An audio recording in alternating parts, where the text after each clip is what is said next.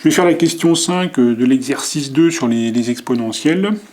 On a Q de t égale 4 exponentielle de moins 0,248t. Alors Q de t, ça représente la quantité de médicaments présente dans le sang. C'est en milligrammes. Donc Q de t est en milligrammes. Et puis t est exprimé en heures. Alors dans cette question, on demande de déterminer à partir de combien de temps la quantité de médicaments présente dans le sang passe en dessous de 0,01 mg. Donc on va résoudre l'équation Q de t égale 0,01. Et on va faire ça graphiquement avec la calculatrice. Je vais faire ça avec la calculatrice Numworks. Alors première étape, il faut aller dans le menu, donc on appuie sur la petite maison si nécessaire, et puis on va dans le menu fonction. Il faut entrer donc la fonction Q de t, donc dans f de x. Donc on va taper 4 multiplié par exponentielle. Alors l'exponentielle est ici, c'est la touche qui est ici.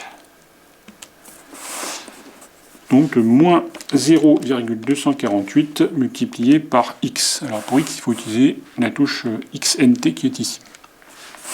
On valide. Ensuite, pour g de x, eh bien, on va entrer 0,01, puisque le but, c'est de tracer la droite d'équation y égale 0,01. Et on va s'intéresser à l'intersection des deux. Alors ensuite, on va dans le graphique, donc c'est le menu qui est ici, où on peut aussi utiliser celui-là. Et alors, il faut cadrer la courbe. Donc moi, c'est déjà fait, mais au cas où ça ne serait pas bien cadré, il faut aller dans le menu axe, qui est en haut de l'écran. Voilà, je fais OK. Alors pour xmin, je prends 0, ce qui est normal, le temps part de 0. Xmax, bon, on prend 30, on prend une valeur assez grande pour voir l'intersection. Yauto, on le désactive.